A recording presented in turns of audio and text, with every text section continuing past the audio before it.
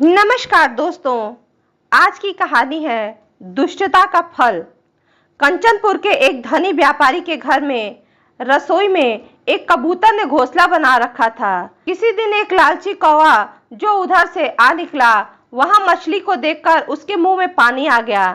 तब उसके मन में विचार आया कि मुझे इस रसोई घर में घुस जाना चाहिए, लेकिन कैसे घुसे यह सोचकर वो परेशान था। तभी उसकी नजर कबूतरों के घोंसले पर पड़ी।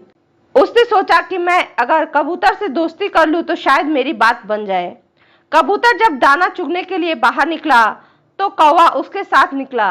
थोड़ी देर बाद कबूतर ने जब पीछे मुड़कर देखा तो कौवा उसके पीछे था।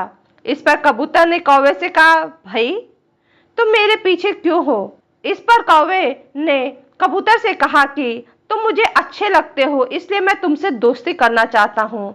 इस पर कौवे से कबूतर ने कहा कि हम दोनों कैसे दोस्त बन सकते हैं? हमारा और तुम्हारा भोजन भी अलग अलग है। मैं बीज खाता हूँ और तुम कीड़े मकोड़े खाते हो।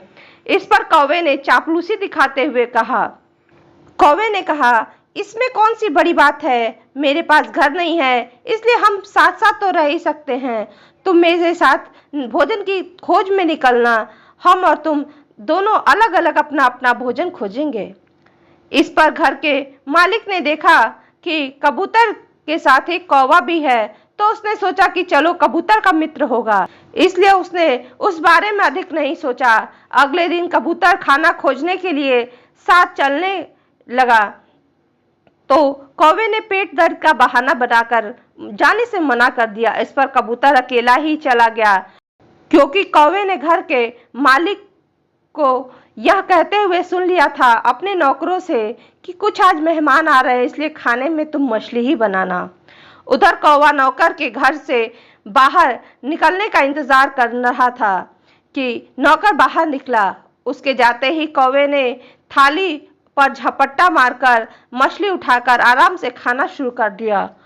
नौकर जब वापस आए तो कौवे को मछली खाते देख वह गुस्से से भर गया और उसने कौवे को पकड़कर गर्दन मरोड़कर मार डाला।